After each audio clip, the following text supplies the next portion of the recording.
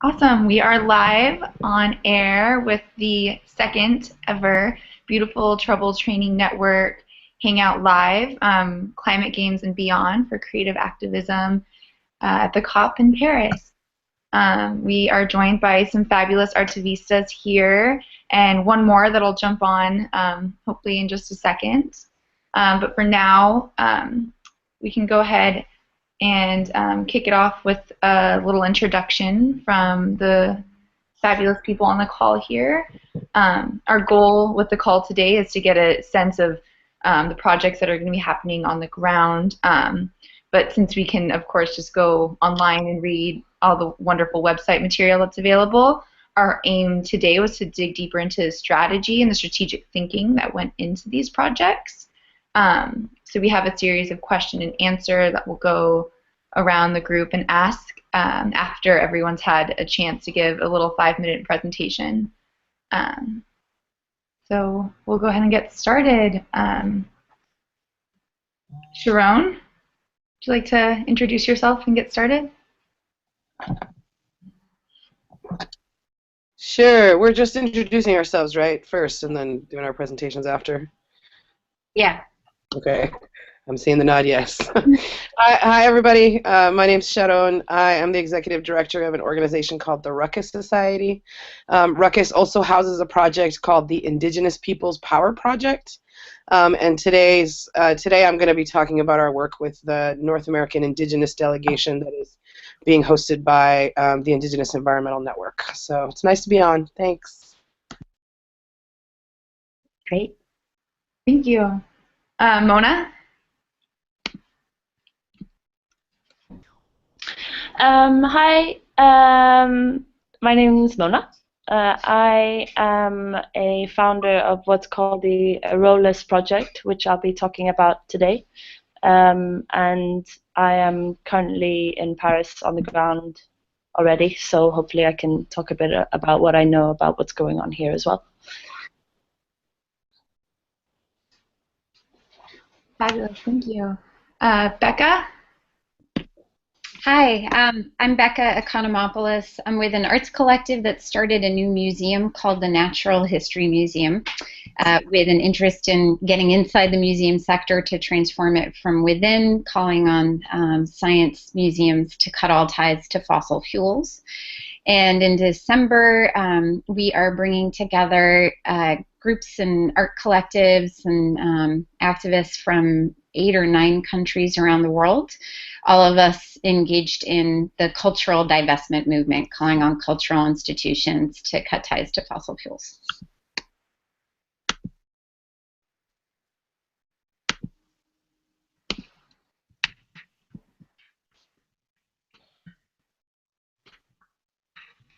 Great. And it looks like a couple of our folks are having trouble with tech, so we'll just squeeze them into the conversation once that gets straightened out. But I think at this point we have some time to dig a little bit deeper into the projects themselves. Nadine, do you want to take that on? Sure. I just thank everybody for joining us, and I wanted to also to an acknowledgement of the shifting situation that we're all in, and the difficult times that we find ourselves in, given all of the violence and destruction that's happening around the world, from Beirut to Paris, and today in Nigeria, the news that's coming out, and understand that a lot of the conversation we might have today about events, actually the planning started in completely different times, and we've got a shifting understanding of where we may end up in 3 weeks as well. I imagine things will really change a lot. In my experience as one of the key organizers in DC for the World Bank IMF demonstrations post 9/11, that was a very flexible and fluid time as well, and I think we learned a lot, and I hope that it will help us in shifting and still producing and taking part in activities in Paris and around the world that are extraordinarily powerful and compassionate and help shift the world towards the world we want to live in. So I thank everybody for taking time to be here. And we'll take some time at the end as well to, or while people are introducing it, feel free to bring this in, of locations and places people can get up-to-date information on how things are changing as plans shift in the next few weeks. Because even though 3 weeks is a long time, it's also a very short time. So thanks so much for being part of this. And yeah, I think we'll go right into some overviews. And I think I see Isa, yeah? No? Great. Hi.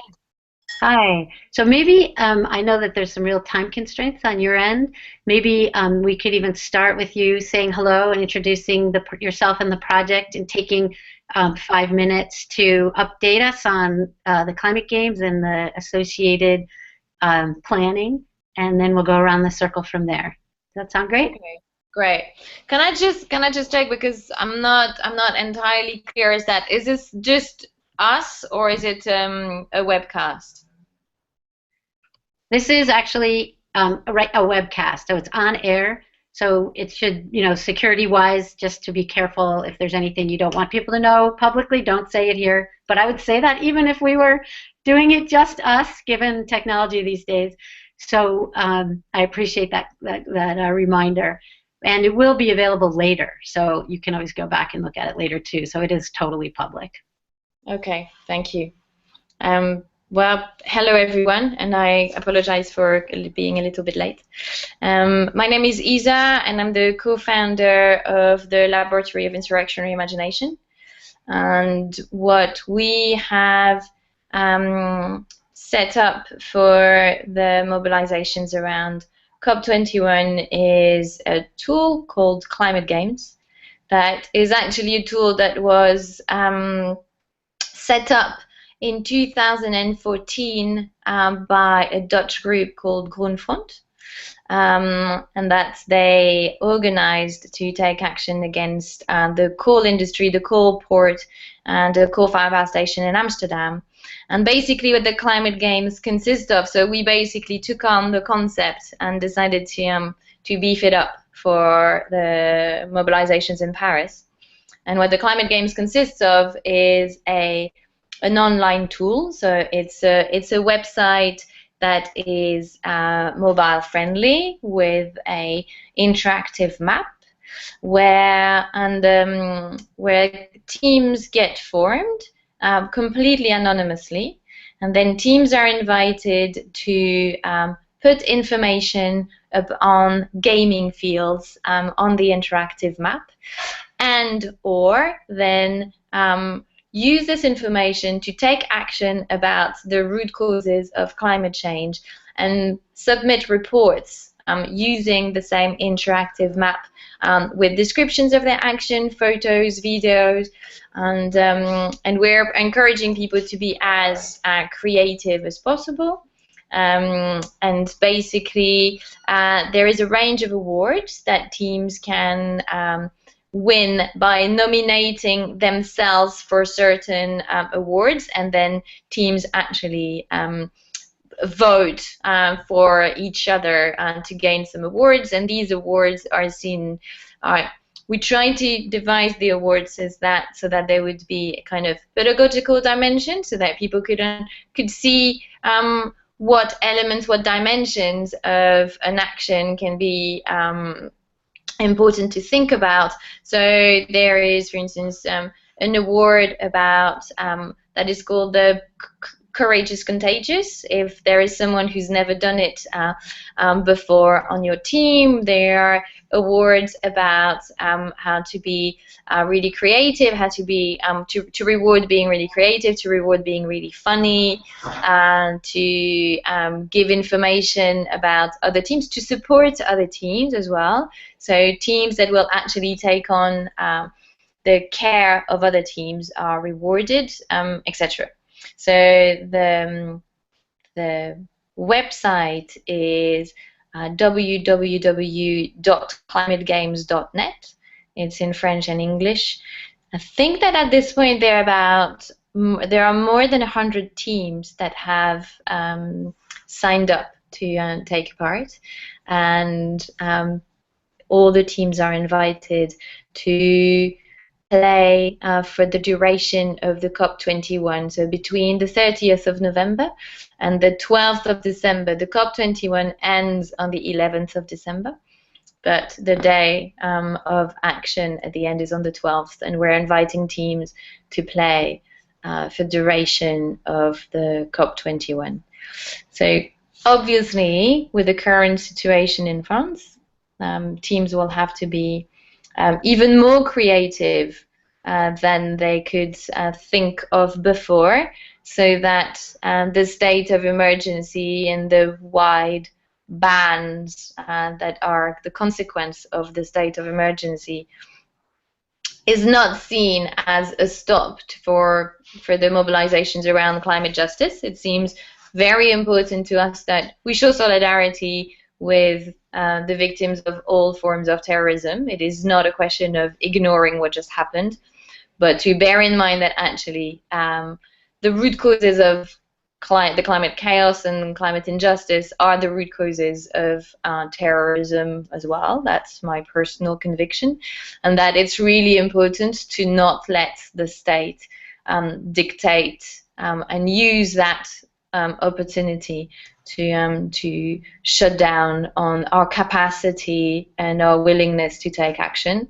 So we encourage teams to still take action, and potentially even encourage teams that are outside of France, especially outside of Paris, to do even more to show solidarity and to give support to the teams in France that are going to be somehow hindered by the like legal apparatus that is being set up. But we also encourage teams in Paris and France to be very creative, to act in ways that put no one in danger. That people use their creativity to exercise care and self-care.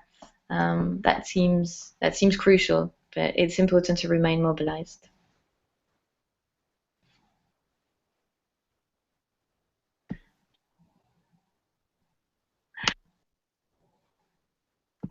Thank you so much. That was really good to hear the framing of it and the intention to go forward.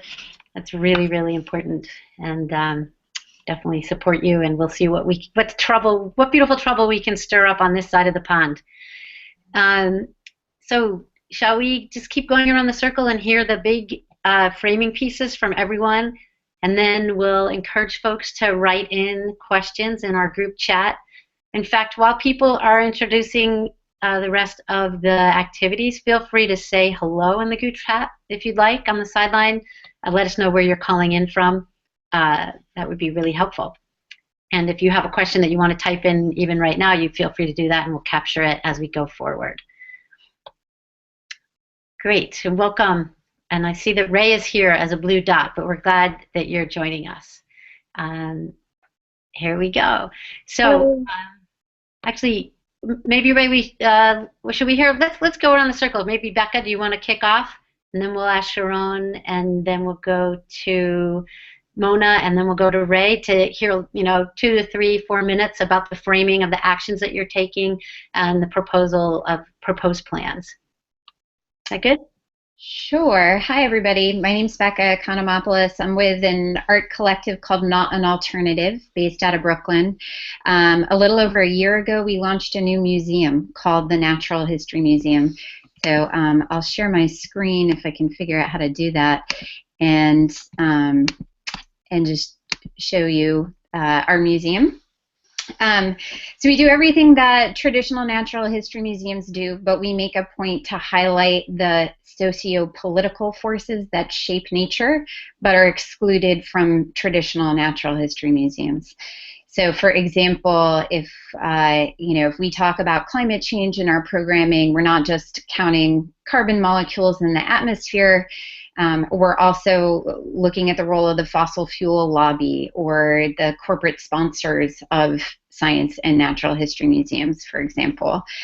This spring, we teamed up with about 150 of the world's top scientists, including several Nobel laureates, to release a letter calling on science and natural history museums to cut all ties to fossil fuels. that letter went viral and captured more than 100 news headlines around the world, and really brought greater public scrutiny and urgency to conversations that had been happening within the sector for a long time behind closed doors, but really sort of shook up the sector to reevaluate its role in a time of a profound climate crisis. We have been well, I'll say that in many ways this project was fake it till you make it, where we worked with a costume designer, we worked with some great designers, we staged a bunch of photos, and invested just in some key material infrastructure such that we could look like a real museum. And then had to, over time, sort of catch up to our own story and catch up to our own reality that, in fact, we are a real museum.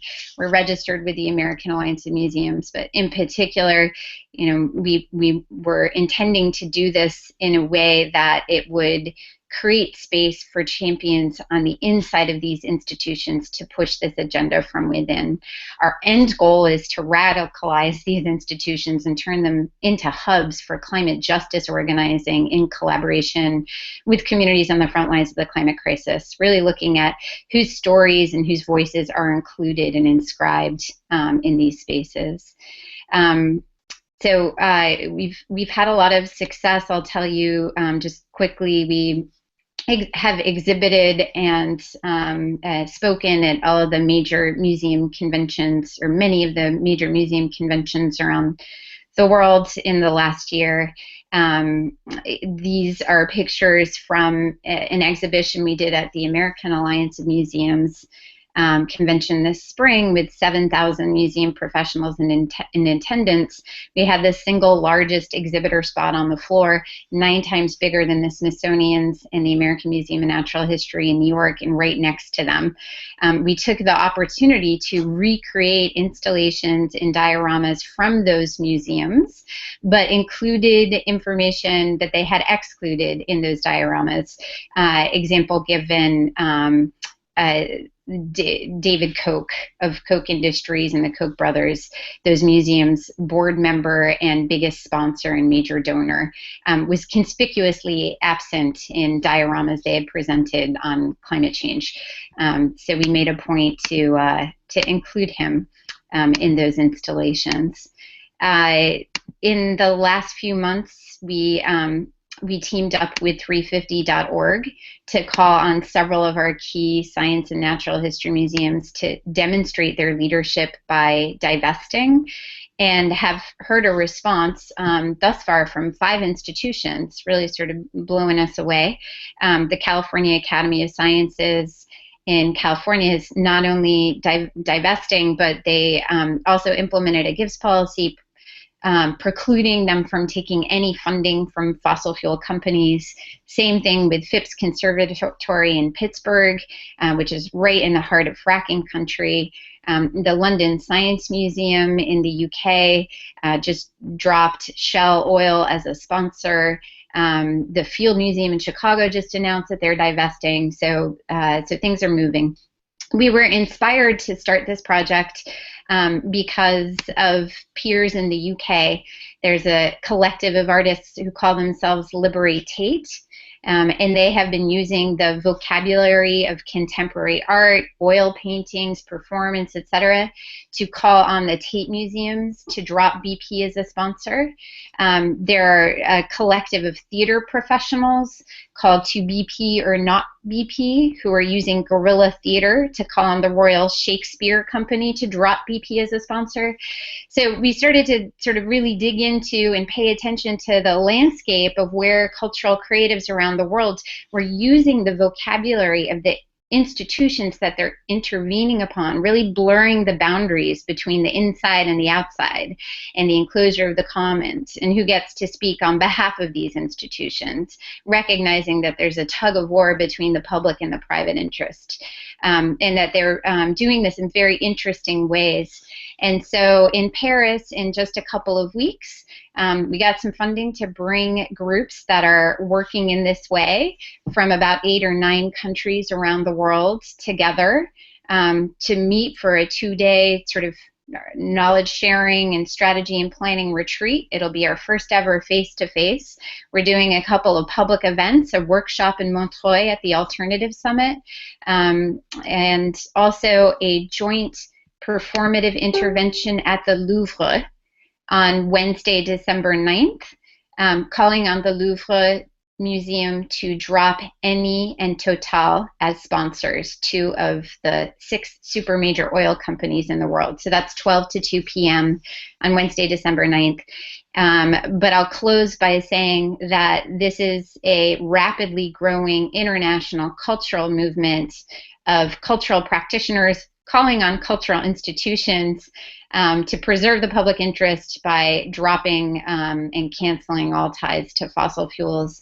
You can kick it off in your country, wherever you are, and if that's something you're interested in, be in touch. We'd love to get you more resources. That's it. Thanks. Great. All right, that's awesome. So we'll keep going around the circle. So much exciting stuff happening, and hear more about what's happening in Paris. Sharon, would you like to tell us what's going on? Sure. Hi, everybody. Thanks for listening and having me on. So I'm just going to talk a little bit about what is currently actually still in development for the Indigenous delegation that is coming from the north, and obviously with changing circumstances and things, we're in constant evaluation of what's going on. But basically what we have been working on is messages and images that really tie all of the work that Indigenous people are going to be doing in the COP, both on the inside of the negotiations, right? Recognizing that Indigenous people are really key stakeholders in the process, and it's really important for us to participate and monitor the negotiations on the inside. And we have a history and legacy of doing actions on the inside of the COP, as well as participating and spearheading actions on the outside. And engaging civil society on the outside in supporting the positions and the messages of Indigenous people. And so what we've been playing with is really something that kind of can tie all of our activity together. And just to speak a little bit about who's coming, so we've got over 55 Indigenous people in the North American delegation that are coming via an organization here in the United States called the Indigenous Environmental Network, which represents over 50 Indigenous communities throughout North America. But we're coming into this with really strong alliances to some of our nations in the South, in particular the Sariaku Nation in Ecuador, and we're planning a traditional canoe action actually with the Sariaku on the 6th of December. That's obviously slightly up in the air depending on what's happening, but that's a little bit of a background as to who is coming. And we really wanted to be able to speak to other Indigenous nations. So to be transparent, not all of our nations are unified and come into the COP process with a unified position, particularly on UN programs like the REDS program, which really compromises the integrity of forests, and compromises the integrity of some of our homelands. But unfortunately, not all Indigenous people are on the same page with that. And so, really looking to speak to Indigenous people, looking to speak to large NGOs who aren't coming in with a kind of strong enough stand at the COP, but also speak to our people back home, right? Where, there are 1 or 2 representatives that are coming from each community, and we really wanted to tie the issues that folks are bringing with them from their respective homelands, and also inspire our folks back home, to see action as a very viable strategy for, for making the changes that we want in our communities. So what we're playing with mostly right now, so we were inspired by the conversations that are happening around D12, so the actions that are taking place on December 12th, the last day of the COP, and this idea of we're standing behind the red lines and not crossing these red lines. And when we started to talk about it, we really said to ourselves, well, Indigenous people, we actually are that red line. That's who we are. We are the communities that are the most impacted, but we're also that last line of defense, right? We're the folks who are really kind of standing up and holding down that last line, both when it comes to the extraction projects or the pipeline projects or the things that are affecting us in our communities, but also recognizing that we're key stakeholders of solutions, of wisdom, of traditional knowledge that is going to help to carry us out of some of the things that are happening to us. And so really for us, recognizing that, you know, that we are that red line. It's not about crossing a red line. Who you cross is us. That's us. So just to name some of the challenges and kind of considerations that we are playing with.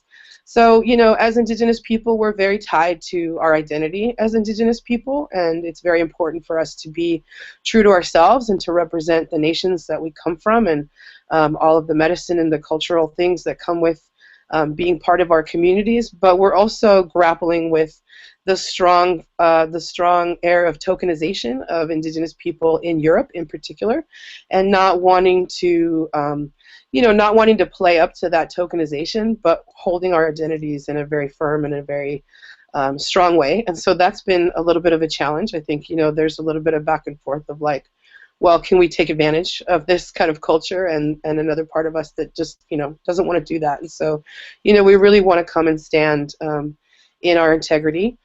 You know, how do we carry the multiple issues that we represent, you know, be it communities that are at the point of extraction, communities that are dealing with pipelines, communities that have had, you know, toxic after effects of extraction projects, etc. But we also want to represent that a lot of our communities are coming and engaging in just transition strategies and solution-oriented strategies, and are already putting that to work in our own communities to move ourselves away from extreme energy and fossil fuels in our own communities.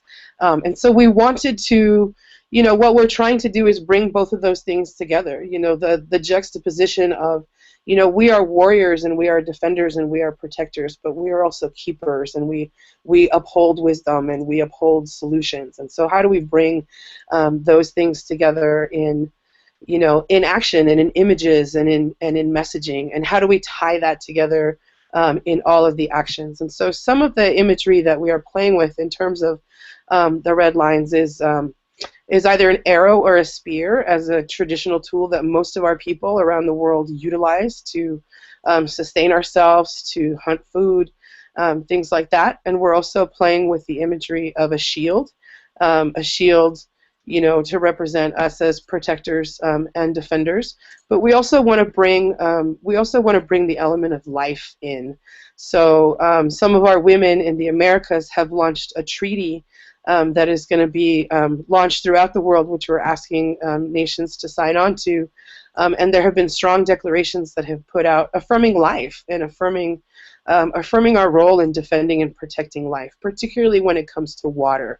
So water being a big focal point of the December 6th traditional canoe action, where we're actually shipping several canoes from North and South America to Paris that are going to travel the canal and that are going to carry this women's treaty with them, you know, and are going to represent that kind of life-protecting posture that particularly the women in our delegation are bringing. And so on the shields, we're playing with an image that actually comes from a prophecy of my people, the Pipil Nation, which is based in El Salvador. And our prophecy says that, you know, that we're seedlings that came from the ground, you know, that we burst forth life, you know, from the ground. And so there's an image that represents our prophecy that we're actually playing with, which is, you know, a sprouting seedling, which is giving birth to a human baby. And so we're playing with that image to really represent, you know, the foundation of water as life, and, you know, the water that women carry and the life-giving ability that we carry, but also, you know, women as the defenders, women as the shields themselves. And so, you know, as an extension of these red lines and the arrows, another thing that we're playing with is actually utilizing face paint and painting red lines on our face. And a challenge that is presented there is that our different communities have different protocols around the use of paint. It's not something that, you know, we can just utilize as an artistic thing, because there are very ceremonial connections, and there are, you know, certain protocols that come with being able to paint your face. But some of our folks are coming with traditional medicinal paint that some of us will utilize as a way to represent ourselves and to represent ourselves as that red line. And alternatively, we're going to be using sashes or belts or various other things to kind of represent ourselves as the red lines. So our audience in this case is, it's everything from other Indigenous peoples. Like I said, in some cases, it's directing our messages at large NGOs who aren't coming in with strong enough positions in these negotiations. Recognizing that Indigenous people are coming in with a really, really strong position, right? So some of our core messages include keep it in the ground, right? So we're calling on a full moratorium on the extraction of fossil fuels, like full, that's it, no more, right? Keep it in the ground, literally. And then, water as life, as another kind of core message that we're playing with. And so we're playing with imagery and words that continue to reinforce that, but also bring with it, bring action with it. So, ourselves as defenders, as protectors, as keepers, upholders, all of those things are kind of words that we're playing with to kind of represent all of the different things, that we're coming to the table with. Some of the challenges, and maybe not so much a challenge, but in our case, we have a long process of consultation that needs to take place because, we can have these brainstorms and we can produce these images, but it has to really go through our delegations. It has to go through the leads of our delegations. And then it also, has to be disseminated back to all of the folks in our delegations and their respective communities. There are traditional leadership and traditional authority in their communities. And so there's a little bit of a long process there with consultation, which is why some of this is still in development, because, we have to send these back into communities and then wait to hear feedback. And so it's a constant cycle that's going to continue on actually while we're at the COP. And then, just to answer the question that Nadine put out about materials and things, so, a lot of what we produce, they were good guiding questions, Nadine, they were helpful. A lot of what we didn't actually expect everybody to answer them all at once. So this has been great. Yeah, they're super helpful. So, in terms of like what we produce, the thing about us is when we when we come into these COPs and mobilizations, a lot of what we produce, we try to carry on back home, and we try to reuse as much of the kind of visual elements and things and messages, back home as well as in these international arenas, right? So in the last few years, we have come really strong with the message of respect Indigenous people's rights, and that comes back to our home countries, particularly here in the United States, where the United States won't even ratify the UN Declaration on the Rights of Indigenous People, right? And so it's a very key and important message actually here back home to uphold Indigenous people's rights, as well as in the international arena where our rights are constantly compromised. And so, we look to create things that folks can take back into their home communities and utilize in their local fights. And then when we come back together in the national arena, for example, the PCM last year, the People's Climate March, we're able to bring those same messages and banners and images and things like that back into play because a lot of those messages still hold true for us, right? This is a long-term struggle of our communities. And we're not going in. So yeah, I'll wrap there. Thanks for the time. That's great. That's really great. I'm so glad that everybody could join us, and thank you for this big picture, beautiful conversation around strategy and developing messaging and background thinking around it. And we'd like to get into that with everyone else who's on the call too. So Mona, are you up for sharing some information about the work that your collective is doing in all its different forms? Great. Yes. Great. Yeah. Hi, and thanks everyone for sharing so far. It's really so nice to hear what everyone else is doing. Not everyone, but what you guys are up to. So I am a co-founder of the Eroles project, which started as a artist activist residency in the Pyrenees in Catalonia in Spain. So it was a 9-week residency over the summer, the 2015, and we had about 36 different people come over the course of 9 weeks from about 6 or 7 different countries, and these were people who were artists, activists, social change makers, theater producers, dancers. all sorts of people really who have an interest in how creativity can be used for change. And so a focus for us during this residency in Spain was collaboration, how we do our activism together, how we work together, how we live in community together, how we create cultures of care and reflection.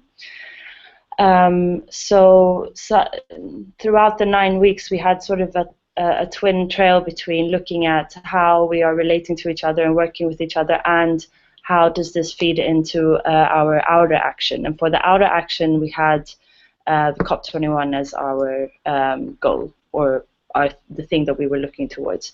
So now we're here in Paris. Some of us, the rest are coming in not too long, and again we have created a temporary community, looking at there's a I'm going to try and explain this. So on the one hand, we have our house, this hub that we are in, which will be hosting activists and artivists from around the world during the COP. And we want this place to be somewhere where, again, we create a culture of care and reflection.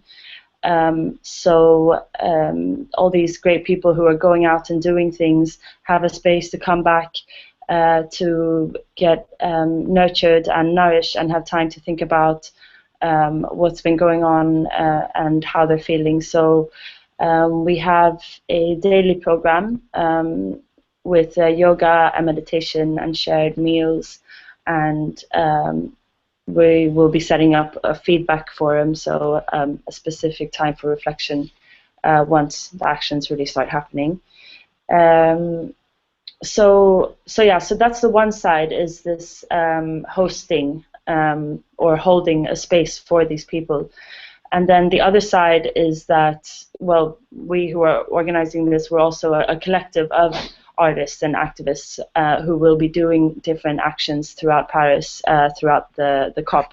And those things can range a lot depending on who's leading it, really. We have smaller scale sort of immersive theater performances, and then we have giant puppet making workshops for the marches. We'll also be holding a reimagining activism evening in Paris, together with a group called Run for Your Life, which you may have heard of, who a group that are running from the north of Sweden to Paris. So we'll be doing a film screening of how they view activism, and then we'll be doing a sort of hot seat panel discussion about what activism really is and how do we actually do it, because that's something which we look at a lot in the Eroles collective, is where are we coming from when we're doing our activism, and what space are we coming from, really? So I don't know if you're on the, if you can see my screen now. No, wait, hold on, let's see if I can do this right. Screen share, this one. I am screen sharing, great. So this is one of the pages on our website. It's where we have a program for the different things that we're doing, both here in the hub and outside in Paris. So on the 26th, we're having an opening evening for anyone interested in art or artivism, art activism, and all that entails. On the 26th, so next Thursday, and then you can see the different events slash some of the actions that people in our collective are running. Some are not on here because it isn't appropriate. Yes, so that's that. And then also, if you have Facebook, we have a Facebook page here, facebook.com/Eroles project, where we're also putting up our events. So if you're here, please come and click attending so we know how many people are coming, if you want to.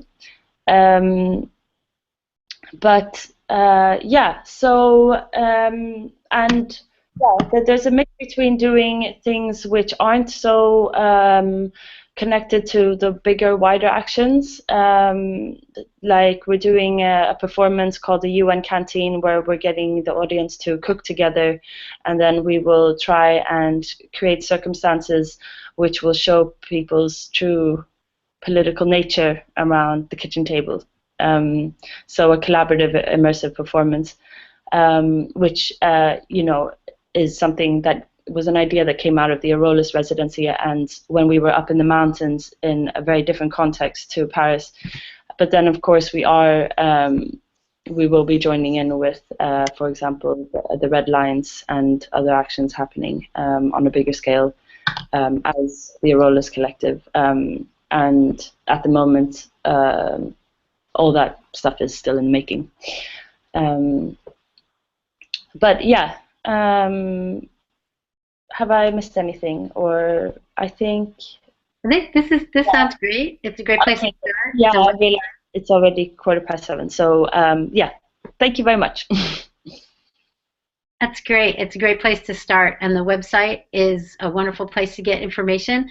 We have at least one more exciting project that we should spend a few minutes on, and then we'd love to take some questions, and particularly I'd love to hear a little more about the on-the-ground ways people can plug in and changing plans, particularly around the bigger events like the climate games, and we'll hear now from Rae Abileah about the climate ribbon, which is another longer-term planning piece. And so if folks could get ready to share links and things for people in the chat box, we'll capture that too and make that available later for other folks, and get your questions ready. So Rae, are you ready to talk a little bit about climate ribbon? Great, yeah, thanks. Wow. First of all, it's just amazing to be in the virtual room with all of you powerhouse organizers, and looking forward to being connected soon in person. Some of you might already be familiar with the Climate Ribbon. It was an art ritual that several of us co-founded, co-created that as part of the finale of the People's Climate March in New York last year. And it really came from the increasing amount of information that one of the barriers for people to take action on climate change is this psychological overwhelm of feeling disconnected from the grandiose massiveness of what's going on, and wanting to create some kind of way and space for us to hold the grief and the fear about what we are actively losing in our communities, or what we stand to potentially lose to climate chaos. And to, you know, that old, I think Joe Hill quote of "Don't mourn, organize," to say no, let's take the time and the space to actually mourn and grieve, and also recommit to organize and to work together and work in solidarity. And so that said, this ribbon ritual evolved, and I guess, you know, in the vein of grieving, my heart feels really heavy in thinking about everything that's been happening in Paris and Beirut and in so many cities around the world. And we're in a conversation right now and curious about how this art space that we're setting up at numerous locations throughout Paris can be a space to hold grief and be also in solidarity with what's happening, and make the broader connections between terrorism and violence and displacement of peoples and refugee crises and climate chaos. You know, don't have to look far to see those implications from the droughts in Syria, etc. So the project is simple in essence. We're going to have a large wooden tree sculpture and tables set up with ribbons, and the invitation is for people to write on ribbons their response to the question, what do you love and hope to never lose to climate chaos?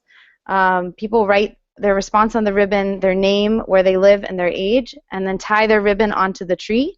and then walk around the tree, find another ribbon from someone else that speaks to them, that the story that they connect with, take that ribbon, tie it onto their wrist, and bring it home as a symbol of collective commitment that we're tied together, as Martin Luther King said, in the single garment of destiny, and that we're working together.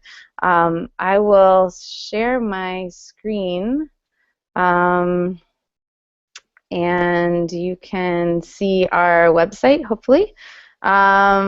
It's theclimateribbon.org, and on the site we have a list of the different locations where we'll be. There will be a float and a presence in the march on November 29th, and then various installations from outside of the UN and the Global Village of Alternatives, the Climate Action Zone, and then culminating in having a lot of red ribbons to distribute and give out during the Red Lions actions. So that's the idea. People have been sending in ribbons from all over the world. We're still getting ribbons every day at our addresses in New York and in Paris. And if you know folks that want to make ribbons in the lead up, that would be really wonderful. People can also submit ribbons online, and we're transcribing the ribbons that people tweet in or send in via a form. We are also planning to keep continuing this project and have it be a growing, living memorial and a traveling art installation that people can use in schools and libraries and in public art forums, etc., so that this isn't culminating in Paris, but Paris is another piece of an ongoing global project.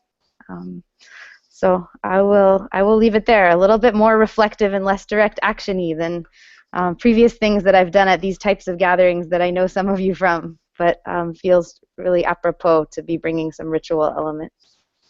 Yeah, I think this is just so incredibly exciting. I just have to acknowledge it's really, really awesome for me to be on this call with all women. I just want to put this out there. In this space, the leadership that women and folks across different spectrums are showing is really phenomenal. And I am also really inspired and feel very very reassured that there is this spectrum of taking care of each other, taking care of ourselves, and a willingness to do courageous action that's been part of the planning all along and is particularly valuable in this moment that we find ourselves in now.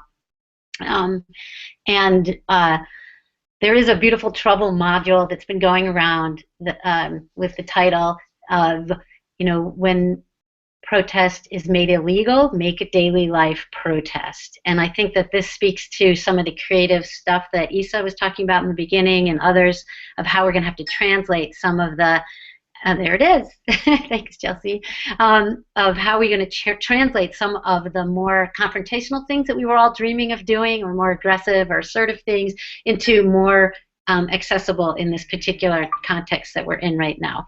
So really, really supportive of all the work that you're all doing. And I would love to hear, I don't know if there's questions coming in. Can I just bounce back? I think that particular module is going to be extremely relevant because the government has just banned the march on 29th and the actions on the 12th.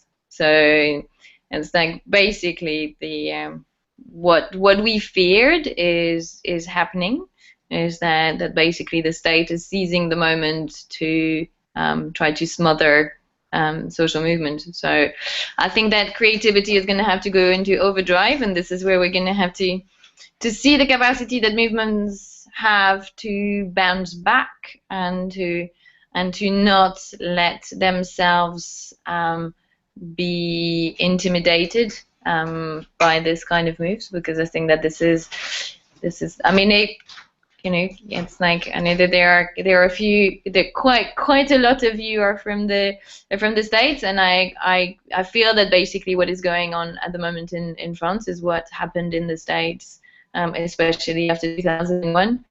I think that it's going to be really, really important to share experience and to show how much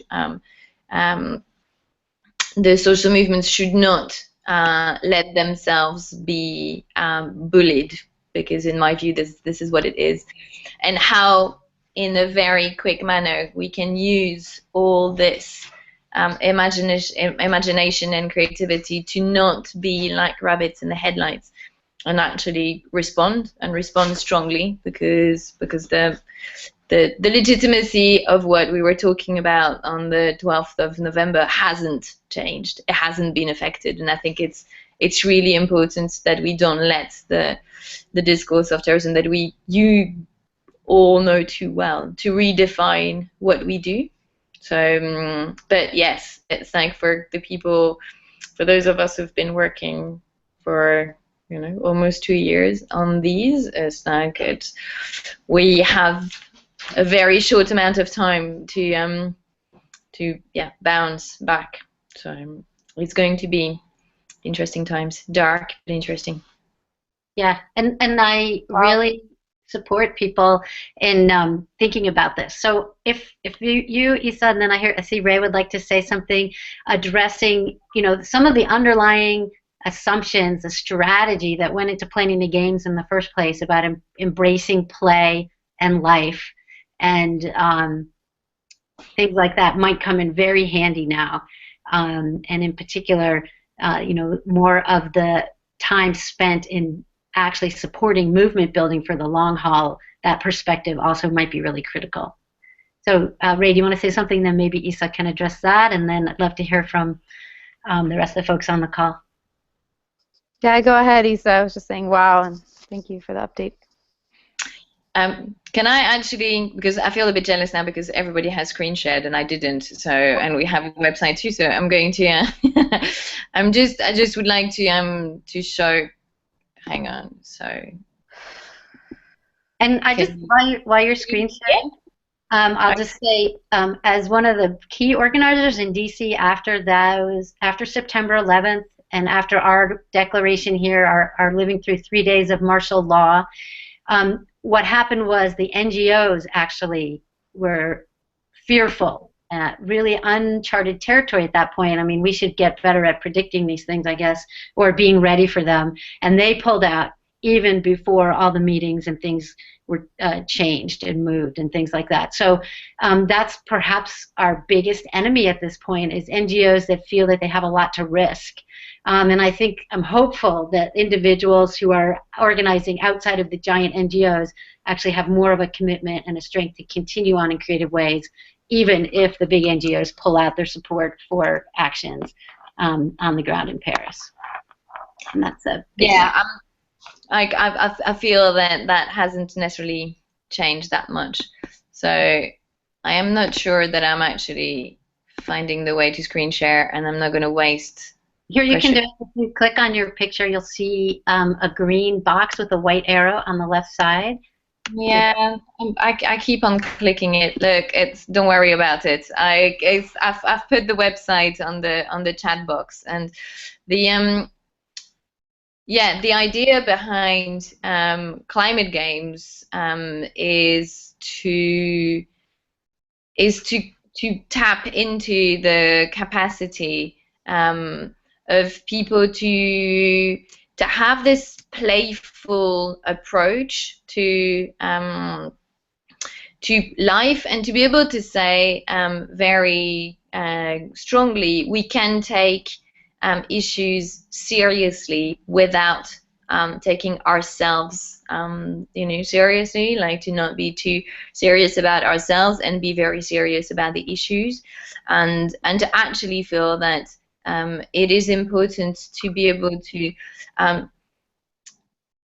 express the joy and express the life and express the love that we actually, thank you for and then I think that by actually using this kind of creative activism framework, is that we do bring forward the joy of the world that we actually want to propose. So, and that the idea of the climate games is also to tap into this, what we had realized had become a fundamental tool of so many of the recent revolutions and interactions, which is the mobile phone, and the fact that interactive maps and web means of communications have been really, really useful, and we wanted to honor that and to use it. So this is the idea with climate games, is to actually show that we can use these tools, whilst I want to say very quickly, being totally aware of the issues at stake with using these tools that use rare earth and rare metals, and use massive data centers. And I think that we should not be naive in ignoring this, but it felt that we are at a point where using these tools to try to bring new people activism was important. So these are some of the thoughts that went into the climate games. Can I share one thing that excited me in thinking about that? You had asked a little bit about theories of change, and so I wanted to share our theory of change in aiming to sort of amplify the visibility of the climate, of the cultural divestment movement. So the cultural divestment movement is what we're sort of naming as folks calling on cultural institutions to divest their financial holdings in fossil fuels, but also cancel fossil fuel industry sponsorships and kick climate deniers off their boards and such. In many ways, our muse is the conservative pundit Andrew Breitbart, rest his soul, who said politics are downstream of culture. And we couldn't agree more. As we're experiencing political gridlock, in order to shift the political climate, we have to affect the culture. And it's inspiring to hear from so many cultural practitioners who are aiming to do so. For us and others involved in the cultural divestment movement, we believe that to affect the culture, an integral aspect of that strategically means enlisting those institutions that comprise the cultural fabric and infrastructure of society. Again, recognizing that they have been hollowed out by neoliberal budget cuts. They're increasingly succumbing to market pressures, private donors, etc. But we should resist this enclosure of the commons and fight for them as spaces that represent infrastructure at scale. Museums see more visitors in the United States alone annually than everyone who goes to sporting events and theme parks combined. And so we're talking about millions upon millions of people, and we shouldn't cede that territory to the companies that are driving this train towards environmental collapse, right? We should fight for them.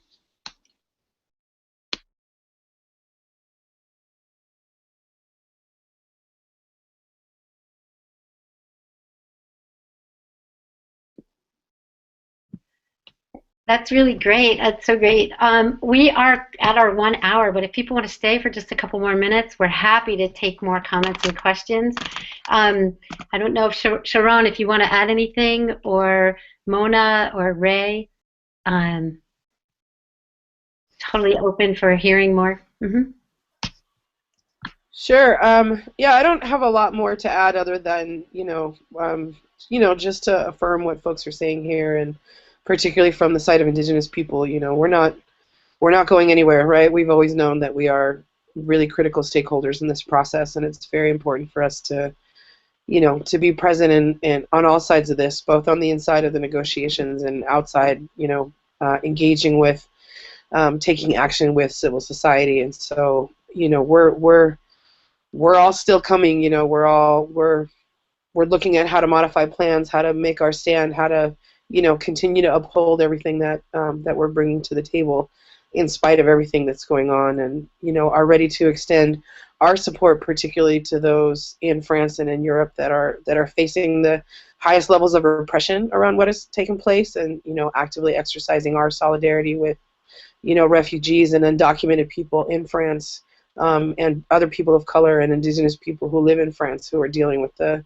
who are dealing with the brunt of the reaction on the part of the French government. And so it's important for us as directly impacted peoples from this side of the world to connect with directly impacted peoples, all over the world. And, that's how we show up in these negotiations. And so, we'll be there in full force.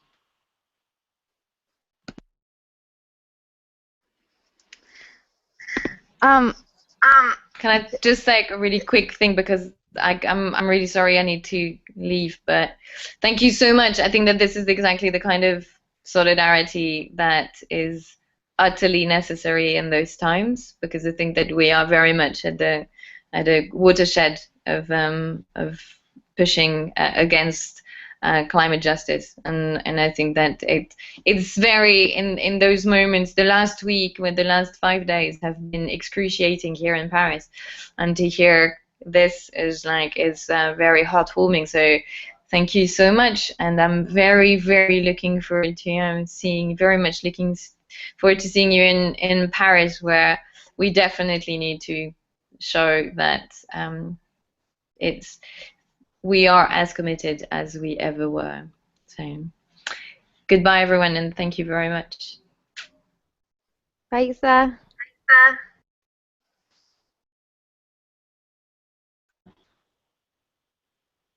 Can I say something? Yeah, no, I just wanted to echo what Isa was saying, that it's really nice to hear the solidarity coming from you guys. Like she said, it's been really really quite heavy here since Friday, where our collective is living in a squad, basically, with a lot of Parisians who are really directly affected by what happened, losing friends and family and colleagues and stuff. So it's been quite heavy, and we're seeing how it's causing potential disturbances to our plans as well. Where we got funding to get some artists over from India and from Bolivia here, but now with the visa situation is getting a lot trickier, and also the fact that we are trying to find spaces for all these artivists and activists to live. With the state of emergency, it's really security is super high, and it's quite hard to find new spaces, basically. But yeah, really nice to hear what you said, and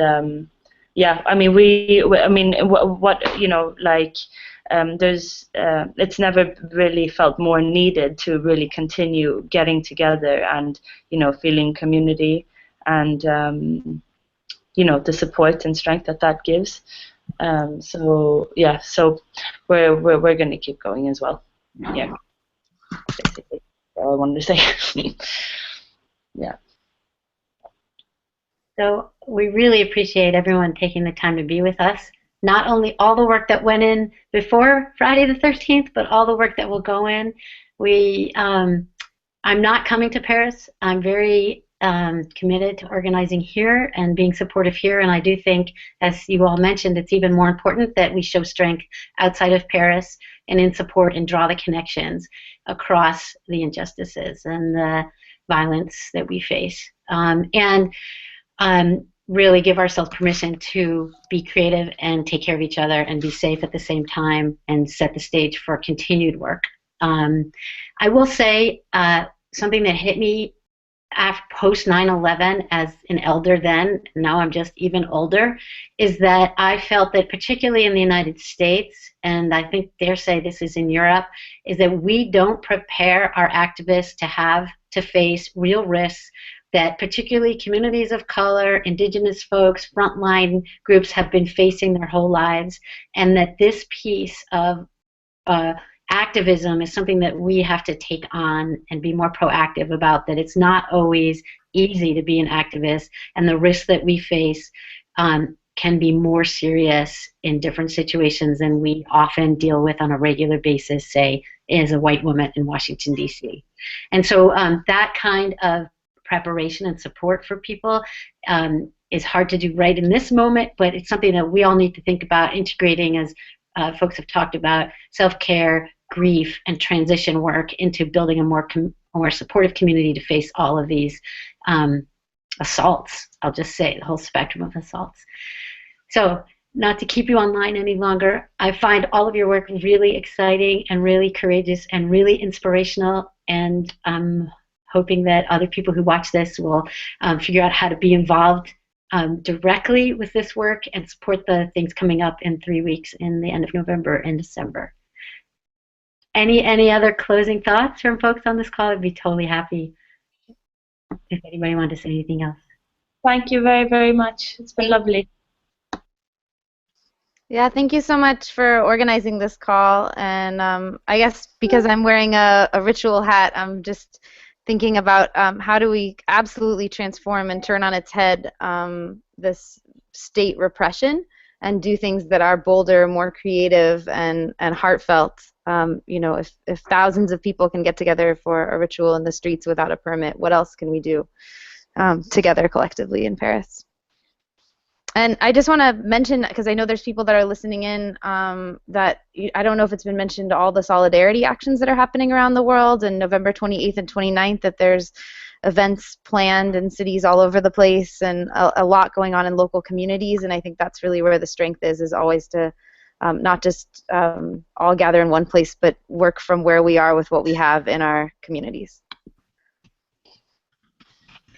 Yes, thank you all. Thank you all. Be safe, be courageous, and I look forward to joining you all in the streets, in person and virtually. Yay, thank you. Thanks. Yeah, bye. Lots of love. Bye.